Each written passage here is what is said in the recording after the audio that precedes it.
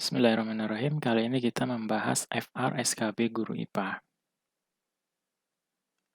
Soal yang pertama, daun putri malu mengatup ketika disentuh. Peristiwa ini menunjukkan makhluk hidup titik-titik. A. Membutuhkan makanan. B. Peka terhadap rangsangan. C. Mengeluarkan zat sisa. D. Bergerak aktif. Atau E. Berreproduksi. Jawaban yang tepat adalah yang B, yaitu peka terhadap rangsangan. Mengatupnya daun putri malu ketika disentuh merupakan sebuah tanggapan atau respon terhadap rangsangan berupa sentuhan. Hal ini menunjukkan bahwa makhluk hidup peka terhadap rangsangan. Berikut ini beberapa tanaman yang ditemukan di kebun sekolah. Putri malu, kembang sepatu, ilalang, serai, bayam, melati. Tanaman yang dikelompokkan berdasarkan persamaan ciri berakar tunggang adalah titik-titik. A 1, 2, dan 3, B 1, 2, dan 6, C 2, 3, dan 5, D 2, 4, dan 6, atau E 2, 5, dan 6. Jawaban yang tepat adalah yang B, yaitu 1, 2, dan 6. Putri malu, kembang sepatu, dan melati. Tanaman yang berakar tunggang mempunyai perakaran yang lebih kuat dibandingkan dengan tanaman berakar serabut, sehingga akan lebih sulit dicabut daripada tanaman berakar serabut. Berdasarkan ciri tersebut, tanaman yang dapat dikelompokkan berdasarkan ciri berakar tunggang adalah putri malu, kembang sepatu, dan melati. Soal berikutnya, dalam suatu ekosistem, kebun terdapat 1. Sekelompok cacing tanah, 4 jalur tanaman sayur bayam, seekor kucing, 2 ekor ulat, 8 ekor ular kecil, 16 ekor katak, 7 ekor belalang, 22 ekor belalang, seekor kambing. Satuan ekosistem yang merupakan populasi adalah 1, 2, 3, 4, 5, 6, dan 7, 1, 2, 4, 5, 6, 7, dan 8, C. 1, 2, 4, 5, 6, 8, dan 9. D. 1, 2, 5, 6, 7, 8, dan 9. Atau E. Semua jawaban benar. Jawaban yang tepat adalah yang B, yaitu 1, 2, 4, 5, 6, 7, dan 8.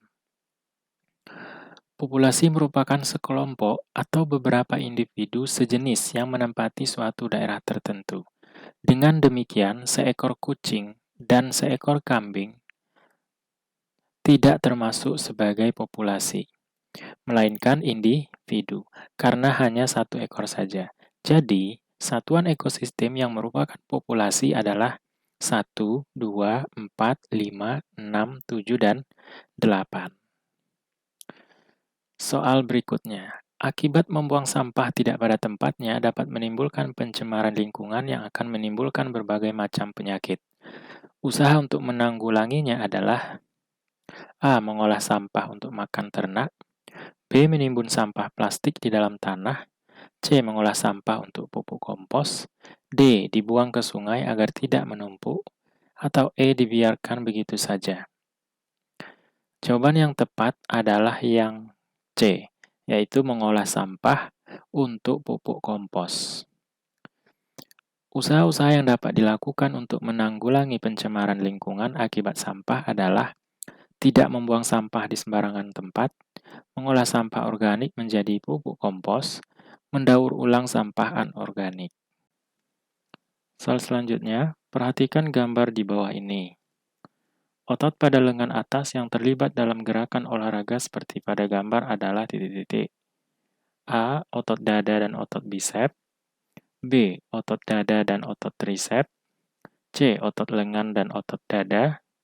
D. Otot bisep dan otot trisep. Atau E. Otot bisep dan tendon. Jawaban yang tepat adalah yang D, yaitu otot bisep dan otot trisep. Ini ya, bisep, trisep. Sedangkan tendon ini. Dan tidak ada ini otot dada yang berpengaruh. Soal berikutnya, perhatikan tabel hasil percobaan uji makanan berikut. Ya, ini hasil ujinya. Berdasarkan hasil percobaan di atas, bahan makanan yang mengandung zat gula adalah titik-titik A. Kacang tanah, pisang matang, dan jagung. B. Pisang matang, roti, dan jagung. C. Nasi, pisang matang, dan roti. D. Kacang tanah, kuning telur, dan nasi. Atau E. Kacang tanah, kuning telur, dan jagung. Jawaban yang tepat adalah yang B, yaitu pisang matang, roti, dan jagung. Hasil uji bahan makanan yang mengandung zat gula adalah untuk reaksi Benedict, warnanya merah bata. Nah, kita lihat di sini, warna merah bata. Kemudian untuk reaksi Biuret, warna hijau muda. Nah, hijau muda. Jadi, yang mengandung gula adalah pisang matang, roti, dan jagung. Sesuai pernyataan di atas, bahan makanan pada tabel yang mengandung zat gula adalah pisang matang, roti, dan jagung. Yang B. Perhatikan bagian proses pembukuan darah berikut ini. Luka trombosit pecah, kemudian jadi trombokinase, kemudian protombin dibantu oleh CX akan menjadi trombin, kemudian fibrinogen dengan bantuan kalsium akan menjadi Y. Zat X dan Y adalah A. Fibrin dan vitamin K, B. Vitamin A dan fibrin, C. Vitamin K dan fibrin, D. Fibrin dan vitamin A, atau E. Oksigen dan vitamin K.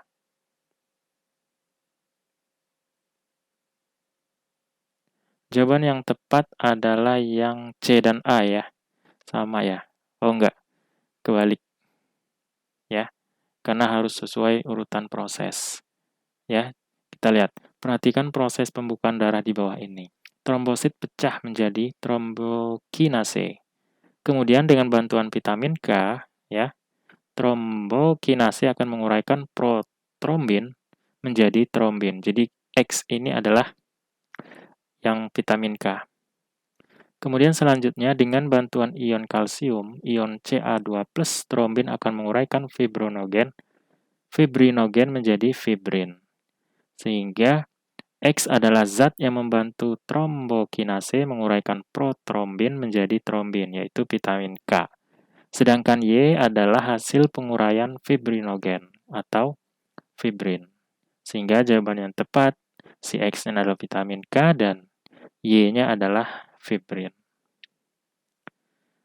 Perhatikan gambar alat ekskresi berikut ini. Fungsi bagian yang berlabel X adalah A. Mengeluarkan minyak untuk memelihara kulit dan rambut.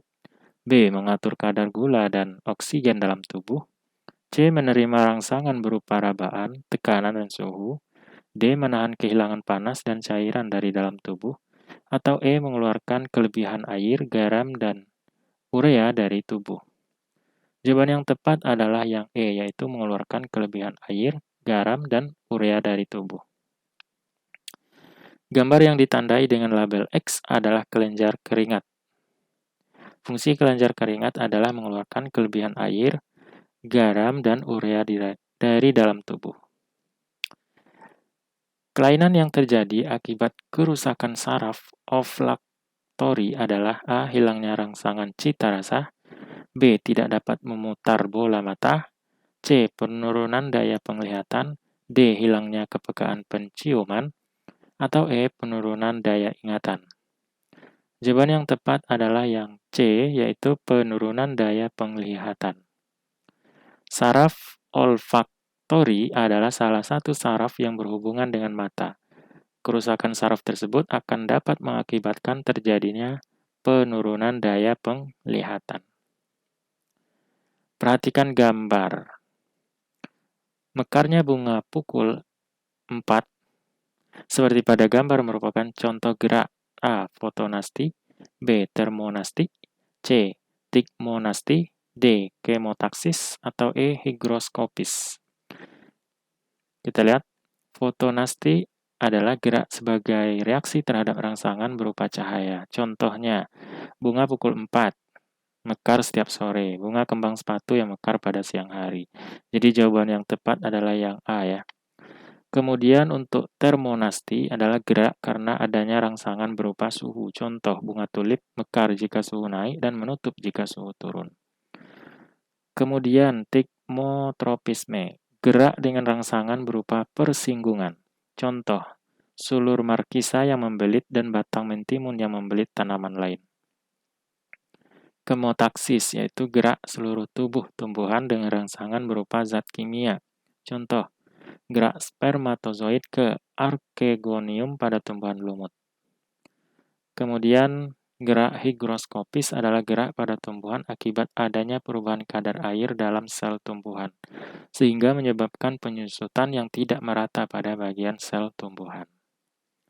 Jadi yang A yang paling tepat, yaitu fotonasti.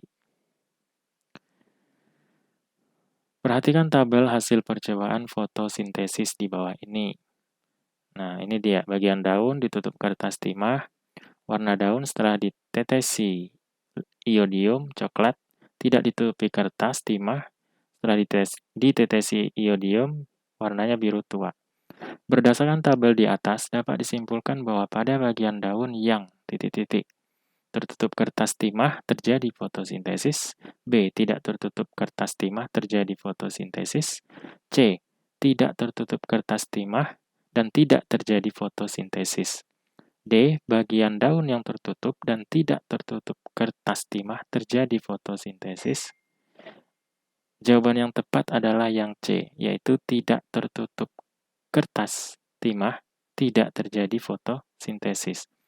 Kita lihat pembahasannya, reagen iodium atau bereaksi ya digunakan untuk menunjukkan ada atau tidaknya karbohidrat pada bagian daun. Karena karbohidrat merupakan salah satu hasil dari fotosintesis. Daun yang mengalami proses fotosintesis dan mengandung karbohidrat akan berwarna biru muda setelah ditetesi iodium. Ya, di sini nggak ada yang biru muda. Hasil percobaan menunjukkan bagian daun yang tidak tertutupi kertas timah berwarna biru tua setelah ditetesi iodium. Sehingga dapat disimpulkan bahwa pada bagian daun yang tidak tertutup kertas timah tersebut tidak terjadi fotosintesis. Berikutnya, usaha manusia untuk menghasilkan spesies baru yang unggul dengan mengawinkan dua individu yang memiliki sifat berbeda disebut titik-titik. A. Inseminasi buatan, B. Transgenik, C. Hibridasi, D. Bayi tabung atau jawaban yang tepat adalah yang C, yaitu hibridasi. Nah, kita lihat pengertian masing-masing dari ini. Inseminasi buatan yaitu suatu teknik teknologi reproduksi dengan cara memasukkan sperma dari hewan jantan ke dalam alat kelamin hewan betina dengan menggunakan alat inseminasi. Jadi produknya sama ya, nggak spesies baru. Transgenik adalah proses pemindahan gen dari satu organisme ke organisme yang lain. Hibridisasi, proses penyelenggan dua individu yang memiliki sifat berbeda untuk menghasilkan spesies baru yang unggul. Bayi tabung, suatu teknologi reproduksi di mana pembuahan atau fertilisasi terjadi di luar tubuh induk. Jadi jawaban yang tepat adalah yang C. Perhatikan tabel zat aditif dan fungsinya. Nah, ini zat aditifnya dan fungsinya di sini. Eko ingin membuat nasi kuning untuk pesta ulang tahunnya. Zat aditif yang harus ditambahkan adalah A. Pengawet, B. Pemanis, C. Antioksidan, D. Pewarna, atau E. Penyedap. Jawaban yang tepat adalah yang D, yaitu pewarna, karena dia ingin membuat nasi kuning. Zat aditif adalah zat-zat yang ditambahkan pada makanan untuk memperbaiki rupa, rasa, atau sifat kimia. Untuk membuat nasi kuning diperlukan zat aditif yang dapat memberi warna kuning pada nasi, yaitu zat pewarna. Nah, berikut ini adalah gejala-gejala yang timbul ketika seorang mulai berhenti mengkonsumsi zat-zat psikotropika. Ini zatnya ada rokok, alkohol, zat sedatif, dan narkotika. Seorang pemuda yang kecanduan psikotropika menjadi mudah tersinggung dan jantung berdebar-debar. maka ia sedang mengalami gejala akibat mulai berhenti menggunakan A. Alkohol dan rokok, B. Rokok dan narkotika, C. Zat sedatif dan alkohol, D. Narkotika dan zat sedatif. Jawaban yang tepat adalah yang C. Zat sedatif dan alkohol. Kita lihat zat sedatif di sini mudah tersinggung ya. Kemudian jantung berdebar. Nah, yang alkohol. Jadi zat sedatif dan alkohol. Soal berikutnya, hasil pembacaan pada skala jangka sorong berikut adalah. Nah, ini kita lihat skala utamanya menunjukkan angka. Angka sebelum 0 di skala Nonius itu 4 ya kan. Nah, sebelum angka 0 ini masih ada garis nih. Berarti di sini 1, 2, 3. Ya, sebelum 0 ya. Jangan ambil setelah. Jadi, skala utamanya di sini 4 tambah garis 3 ya 43 atau 4,3 cm. Skala Nonius. Kita lihat yang berimpit dengan skala utama yang satu garis, ya kan? Di sini dia. Nih. Nah, satu garis ya. Angka yang dia tunjukkan 5, garisnya 1, 2, 3. Berarti 8 ya. 5, 6, 7, 8. 8 kita kalikan dengan 0,01. Jadinya adalah 0,08. Kenapa kita kalikan 0,01? Karena ketelitian jangka sorong itu adalah 0,01. Nah, jadi hasil pembacaan kita tambahkan 4,3 ditambah 0,08. 4,38 cm. Yang jawaban yang tepat yang D. Lanjut soal yang kedua. Ini mengenai hukum Newton. Jika M1, M2, M3 sama dengan 5 kg, F sama dengan 30 Newton, dan lantai licin, maka besar tegangan tali T1 dan T2 adalah berapa Newton? Jadi kalau kita lukis tegangan tali, nah kayak gini. Ini T1-nya, ini T2-nya di sini. Ya, di sini F-nya 30 Newton. Jadi kita bisa menyatakan bahwa sigma F sama dengan M kali A. Ya, karena dia di sini merupakan sistem, M-nya yang kita gunakan adalah M total. F-nya 30. Ya, M totalnya berarti kita tambahkan. Ini kan masanya sama, yaitu masing-masing 5 kg. Jadi 5 ditambah 5 ditambah 5 dikalikan dengan A. Jadi 30 sama dengan 15A. Kita cari percepatannya. Sama-sama kita bagi 15, ini bagi 15. Ya, 30 bagi 15 dapat 2, 15 bagi 15, 1 kali A, tinggal A. Jadi percepatannya itu 2 meter per second kuadrat. Nah, sekarang akan kita tentukan berapa nilai T1. Nah, kalau kita anggap ini nggak ada ya, ini nggak ada. Nah, kita tinjau benda bermasa yang ini ya, M1. Nah, berarti kan gini. Ini 1, nah, cuman ada T1 di sini ya. Nah, sigma T1 kan itu kan sama dengan F ya kan, gaya kan. T1 berarti M1 dikali dengan A. Sehingga T1 sama dengan M1-nya 5. Dikali dengan A. A-nya 2. Sehingga dapatlah T1-nya 10 Newton. Ya. Nah, sekarang T2. Berarti ini kita potong ini. Nah, ya. Ini juga nih. Nah, berarti ada 2 pengaruh di sana. Ada T1, ini T1, ada T2 nih. Ini benda 2. Nah, jadi sigma F sama dengan M kali A, ya kan? Nah, sigma F-nya apa nih? Kalau kanan kita ambil positif, berarti T2 dikurang T1 sama dengan M2 kali A, ya kan? Karena yang kita gunakan adalah benda yang kedua. T2 ditanya, dikurang T1, 10. Sama dengan M2. M2-nya 5 dikali dengan A. A-nya 2. Jadi T2 kurang 10 sama dengan 10. T2 sama dengan 10. Kita pindah ruas, tambah 10. T2 sama dengan 20 Newton. Jadi T1 10, T2-nya 20. Jawaban yang benar adalah yang B. Ya. Soal berikutnya, grafik berikut menunjukkan pertambahan panjang karet akibat pengaruh gaya yang berbeda. Besar energi potensial karet pada pertambahan panjang 8 cm adalah energi potensial berarti yang kita cari ya luas di bawah kurva ini. Ya. Nah, luas kurva itu kan berbentuk segitiga, berarti setengah dikali alas dikali dengan tinggi. Setengah, alasnya 8 cm. Nah, jangan lupa dirubah ke satuan meter.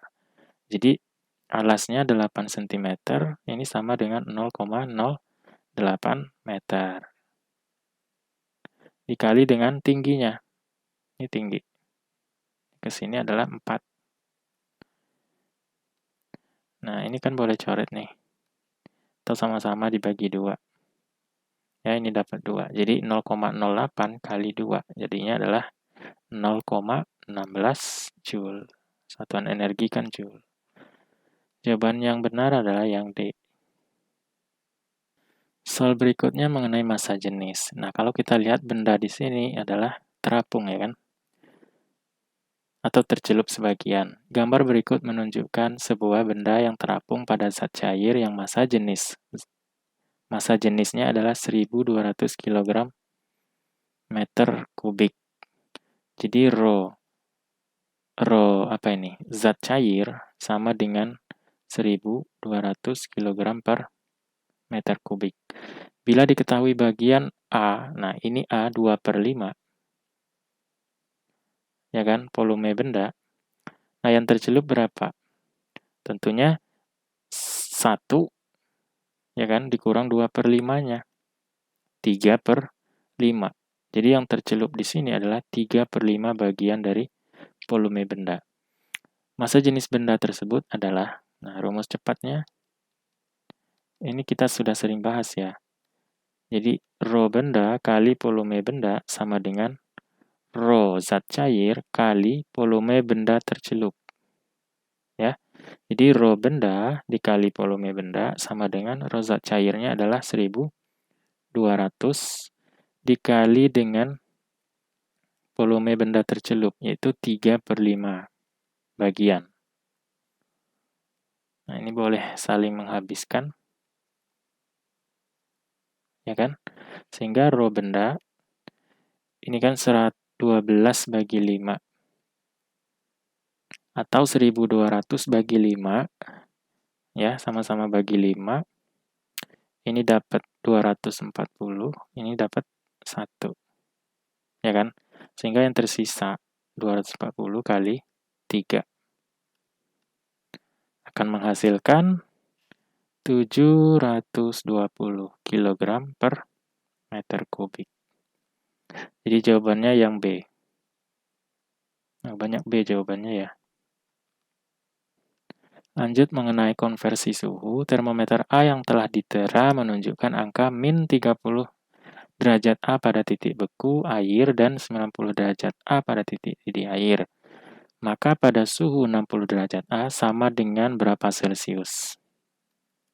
Jadi kita buat, ini ada termometer A, ya, titik bekunya min 30, titik didihnya 90. Kita ingin merubah ke Celcius. Celcius titik bekunya adalah 0, titik didihnya 100. Ya. Kalau pada suhu 60 derajat A, ya, berapa di Celcius? Kita misalkan di sini C. Caranya, ini kita kurangkan. 60 dikurang. Nah, di sini hati-hati ya, karena di sini minus. Dikurang, kurang 30. Per yang maksimum dikurang dengan yang minimum. 90 kurang 30. Sama dengan, ini kita perlakukan sama, C dikurang 0 per 100 kurang 0. 60 kurang-kurang, jadinya positif ya. 60 tambah 30, 90 per. Ini juga positif, 90 tambah 30, 120. C per 100. Ada angka yang bisa kita sederhanakan, coret nolnya. 9 dengan 12 sama-sama dibagi 3, ini dapat 3 ya. Ini dapat 4. Sehingga yang tersisa 3 per 4 sama dengan C per 100. Nah, 100-nya kita kali silang, sehingga C sama dengan 100 dikali 3 per 4. Atau C sama dengan 100 dengan 4 kan habis dibagi 4. 25 kali 3, 75 derajat Celcius. Nah, jawabannya yang B lagi. Ya. Selanjutnya mengenai kalor. 1 kg es suhunya min 2 derajat Celcius. Bila titik lebur es 0 derajat Celcius, kalor jenis es 0,5 kalori per gram derajat Celcius, kalor jenis air 1 kalori per gram derajat Celcius, kalor lebur es 80 kalori per gram, dan 1 kalori sama dengan 4,2 Joule, maka kalor yang diperlukan untuk meleburkan seluruh es tersebut adalah, ya kalau kita buat grafik kira-kira begini, ini suhu, ya dari min 2, kemudian menjadi 0, ya.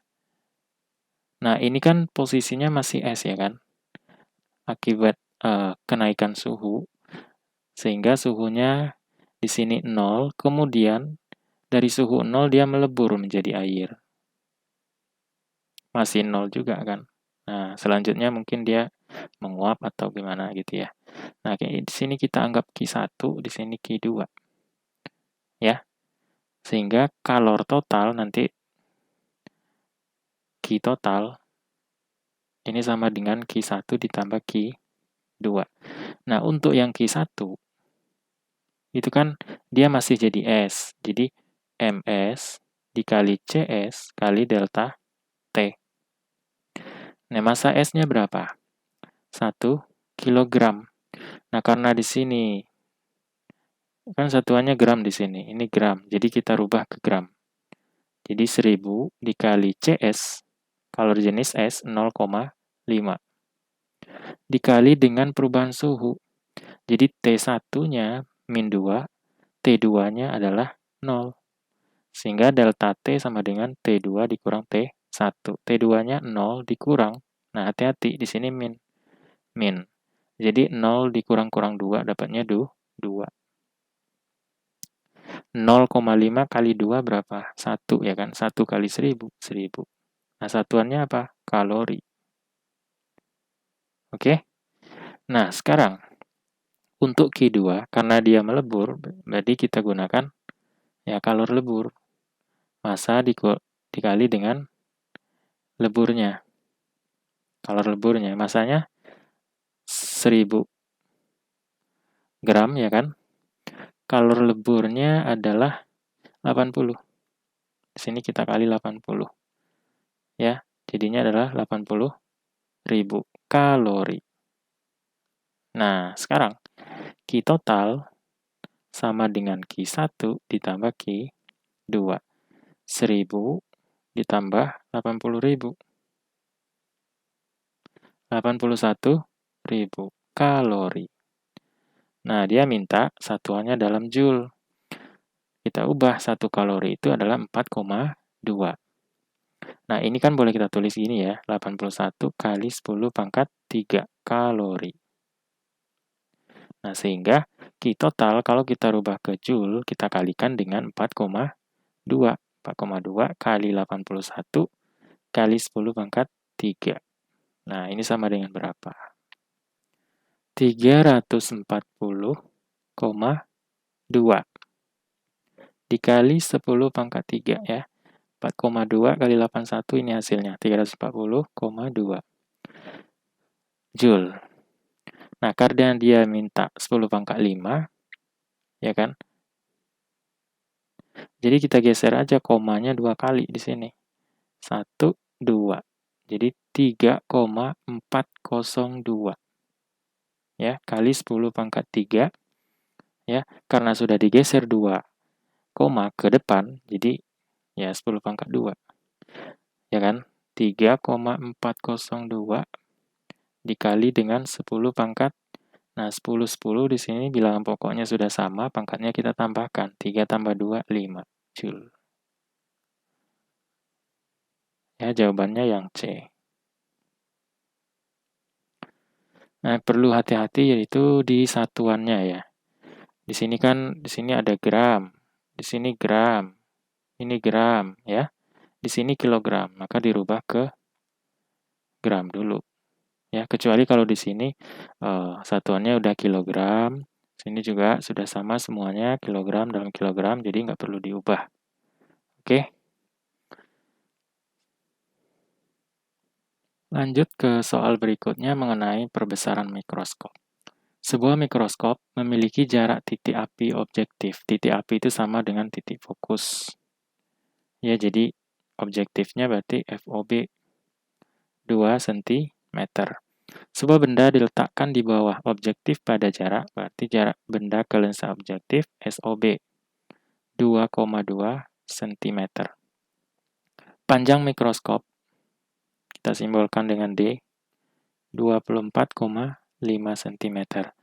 Dan pengamatan dilakukan tanpa akomodasi. Tanpa akomodasi.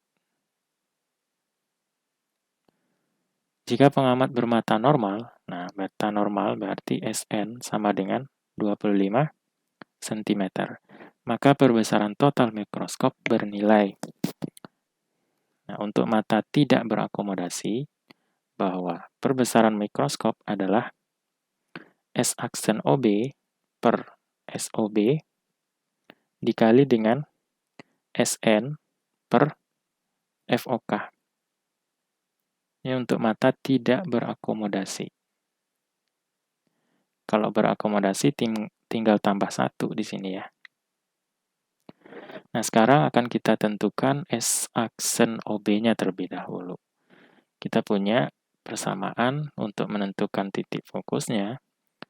FOB sama dengan 1 per S aksen OB ditambah 1 per SOB. Ya, sehingga kalau kita ingin menyatakan S aksen OB saja sama dengan, ya kita kurangkan 1 per FOB dikurang 1 per SOB. 1 per FOB-nya 2, dikurang SOB-nya 2,2. 1 per 2,2. Nah, ini kita kali silang aja ya. 2,2 kali 1, 2,2, dikurang 2 kali 1, 2. Per 2 kali 2,2, 4,4. Sehingga 1 S aksen OB sama dengan, ini kalau kita kurangkan 2, berarti 0,2 per 4,4. Ya. Nah, sehingga S aksen OB-nya per 1 ya kan, kita balik. Jadinya adalah 4,4 per 0,2. Ya. Ini kalau sama-sama kali 10, 44 per 2. Sehingga dapatlah S aksen OB-nya sama dengan 22 cm. Ini untuk S aksen OB-nya. Nah, sekarang yang nggak ada lagi apa? Ini sudah ada, SOB-nya juga udah ada, ya. SN ada, nah sekarang FOK. Kita bisa menentukannya dari panjang mikroskop, yaitu D, ya, untuk mata tidak berakomodasi, S aksen OB ditambah FOK. D-nya berapa? 24,5. S aksen OB-nya berapa? 22. Tambah FOK. Sehingga FOK sama dengan 24,5 dikurang 22. Dapatnya adalah 2,5 cm. Nah, barulah kita bisa menentukan berapa perbesarannya. Sehingga M sama dengan S aksen OB. 22 per SOB.